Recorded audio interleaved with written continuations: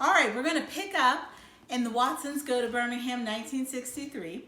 And if you remember, we had left off where Kenny was with his dad in the bathroom, putting on shaving cream and chatting with his father. And then the dad leaves and doesn't tell them where he's going. Dad walked in and turned the TV off. Dad! Sorry, kids. Everybody's got to come out right now. You too, Daddy-O. Willona, I've got a surprise. Dad made us stop at the front door and get in a line, one behind the other. Mama first, then Byron, then me, then Joey. Except for bald-headed Bi, we were all laughing and wondering what Dad's surprise was when he opened the door. Following Dad, we walked down the front porch steps and stood on the sidewalk like a little parade. I bet the neighbors wondered what the weird Watsons were doing this time. All right, Dad said. When I say it, I want everybody to close their eyes. And I'm warning you, anyone who looks before I tell you to is gonna get it. My eyes, of course, would be sealed. If a bomb exploded under me, I'd be standing in the hole with my eyes sealed. Even if my head got blown off, they'd have to say, here's that kid's head, and yep, his eyes are locked tight as a safe. Byron said I was stupid for listening to everything that Mama and Dad said. But if I was so stupid, why was he the one who had a great, big, bald, shiny, knotted up head? Dad said, okay, now, hold the person in front of you by the shoulders. Willona, you hold on to mine. This is only going to take a minute. He said that last part because Mama rolled her eyes and was real close to stopping everything by turning around and going back into the house. All right, close them. Mama gave him her last straw look and closed her eyes, then so did we. Dad shuffled us ahead a little bit and then we all stopped. It was real hard not to peek. Okay, keep them shut. I'm not playing. I heard a car door open, heard a loud pop, then heard Byron say, "Aw, man!" Me and Joey cracked up. We knew a certain person had peeked and had got popped right smack jab on that bald head. Finally, Dad said, "That's it. Open your eyes. What do you think?" Dad had opened the driver's side of the brown bomber and was standing with one arm pointing the way inside. In the middle of the dashboard, to the right of the steering wheel, was something real big and it was sticking out. Dad had taken one of our giant towels and set it over the thing. Everybody stood there staring. Finally, Mama said, "Daniel, what on earth is that towel doing in here?" "The towel is fine, Willona. Aren't you wondering what's underneath it?" "Yeah, Dad, what is that thing?" I asked. "Well, Kenneth, since you seem to be the only one with any curiosity, I guess you'll be the one who gets to unveil the Brown Bomber's latest edition." I crawled into the front seat and raised the corner of the towel so no one but me could see what was under it. I couldn't believe it. "Dad, it's great!" The rest of them, Byron included, crowded up to the Brown Bomber's door. Mama had a worried voice. "What have you done to this car now, Daniel? What is under that towel?" I grabbed a corner of the towel. "Ladies and Byron interrupted me when he saw I was going to tease them. He said, "Oh man, just pull the blanket towel off so I can get out of here. I ain't got all day to listen to your mess." He was always in a hurry to get out of someplace, but never had anywhere else to go. "Byron, how many times have I told you about saying ain't? And Kenneth, you stop playing and move that towel this minute," Mama said. I talked really fast before Mama could get any matter. "Ladies and gentlemen, the newest addition to the Brown Bomber," I whipped the towel aside, "our very own drive-around record player." Mama went, "Oh my God," and gave Dad a dirty look, then walked back into the house. Joey squealed, "Oh boy!" Even cool old Byron forgot how cool he was and screamed out, "Aw man, this is too hip. No one's got one of these. Speedy don't even have one of his Cadillac. Too much, man, way too much." Joey and Byron climbed into the car on either side of me. We all said, "Turn on, Daddy. I knew Dad was kind of disappointed by the way Mama had acted. She really hurt his feelings by walking off like that. Some of the time, I think she forgot how sensitive Dad was. Even though he acted cheery with us, I knew it wasn't the same for him now. I knew if Mama had stayed and hadn't gone off mumbling about money, we would be having a lot more fun. But Dad forgot all this stuff real quick and got excited about showing off the record player. So if you remember when we were in school, I showed you pictures of what these drive-around record players look like during this time. Dad was the best. Let's see here. Dad forgot all this stuff real quick and got excited about showing off the record player. Dad was like me. He loved putting on a show. Or as Mama said, we both loved acting the fool. Dad was the best at it though, and I couldn't wait until I was as good as he was. Well, well, well, Dad said, leaning down into the car. I see you three have the ultimate in taste. I see you have chosen the top of the line, the cream of the crop, the true tone AB 700 model, the Ultra Glide.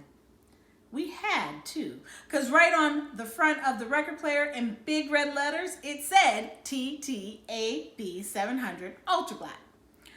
As I'm certain you are aware, the problem in the past with this new technology is automotive sound has been road vibrations interfering with an accurate dispersal of the phonic interpretations. Huh? Byron said. Dad said, in other words, I'm sure you know that in the good old days, every time you drove over a bump with one of these things, the needle would jump and scratch the record. Me and Joey played along. We know. And as I'm sure such a fine, intelligent-looking family as this one, it is Mr. and Mrs. Watson and your son, isn't it? Oh, no, Joetta said and pointed at Byron. This isn't our son. This is just a little juvenile delinquent boy that we feel sorry for and let follow us around some of the time. Our real son has hair. Even this didn't bother Byron, who was amazed by the Brown Bomber's latest edition. So Dad kept imitating the guy who sold him the record player. Yes, as I'm sure a nice family like this one is aware, it was only last year that the scientists at Autotronic Industries made a brilliant, beautiful, breathtaking breakthrough and developed a suitable system for controlling these vibrations. Yeah, I said, I saw it last night on the news. Walter Cronkite said it was a miracle. Dad laughed. Precisely, Mr. Watson. Walt has 2 of these babies in his car and 1 on his motorcycle. We know. Yes, the vibration problem has been overcome by the exclusive vibrodynamic lateral anti-inertial dampening system. Dad had memorized that word because right on the arm of the record player it said VDLAI dampening patented. Come on, Daddy, turn it on. Stop teasing. Now, Mrs. Watson, be patient and tell that little delinquent that follows you around that if he touches one more knob on that record player, I'm going to pull his fingers off. Byron mumbled and sat back in the seat. Before I dazzle you with the symphonic sound of this unit, let me point out some of its less appreciated features. Oh, please do. Aw, man, just turn the blanket thing on. If I gotta listen to all this job, I'm gonna go in the house and get me some real cool sounds. Byron opened the passenger door and ran into the house. Now, Mr. and Mrs. Watson, I'd like to direct your attention to the rear of your classic automobile. Me and Joey crawled up on the back seat and looked at the back window. On the rear shelf, a hole had been cut and was covered with that same stuff that's on a screen door. I can see you're wondering what that is. Well, let me explain. What we have here, believe it or not, is a second speaker. Now, boys and girls, remember, this is 1963. Most cars today might have 6, 8, even more speakers in them. For the car to have 2 speakers was a huge deal to them. And I can tell by that intelligent look on your face, Mrs. Watson, that you have grasped that that speaker is not placed in the rear deck haphazardly. No, ma'am. Some people think we just have a hole hacked in the back there by an old mechanic, but nothing could be further from the truth.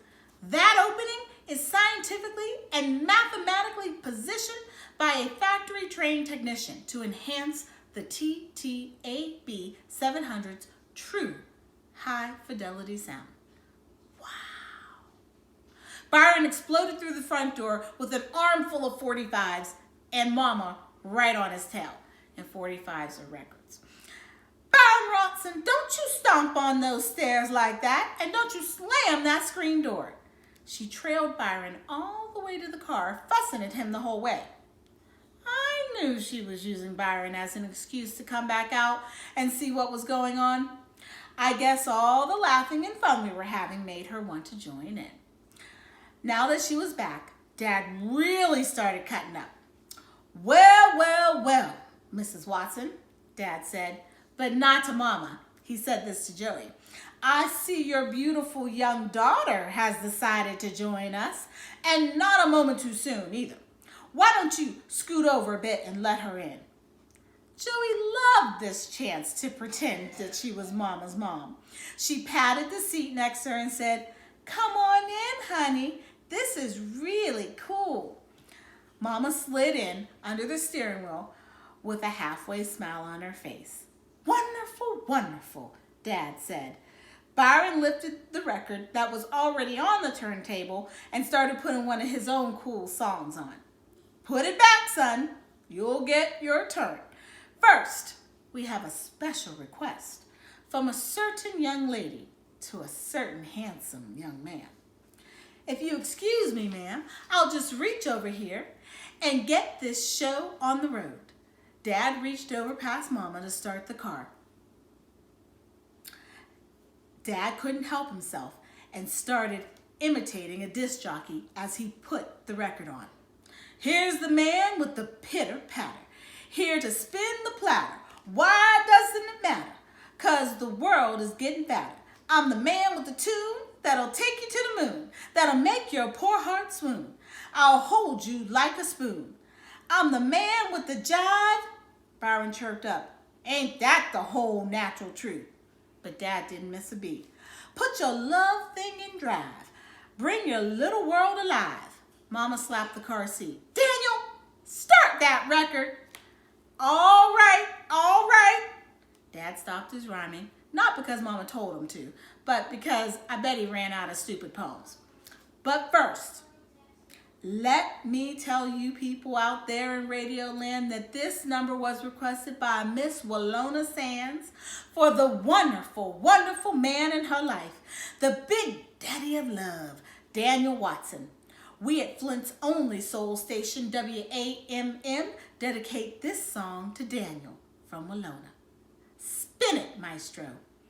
Dad reached over past Mama to start the record player. Joey grabbed my arm with one hand and squealed into the other. Byron was grinning like a giant bald-headed kindergarten baby. Mama still had her arms crossed, but was starting to smile. She brought one hand up to cover her mouth. My foot was tapping on the Brown Bomber's floor a mile a minute, and I couldn't make it stop no matter what I did. I guess I was grinning pretty hard too. Dad's hand touched a knob that had "start" written on it. But before he turned it, he pulled his hand back and said, "First, however," we all screamed, "Daddy!" Oh, man. Come on, Dad. Daniel. But Dad was not through yet. And you couldn't rush him. In fact, the more that you would complain, the longer he would take. He put his hand up to stop the noise. But first, we at WAMM want to apologize to the 9 other women who called in requesting love songs to be dedicated to Daniel Watson. If they stay tuned, we'll play their songs later in the evening.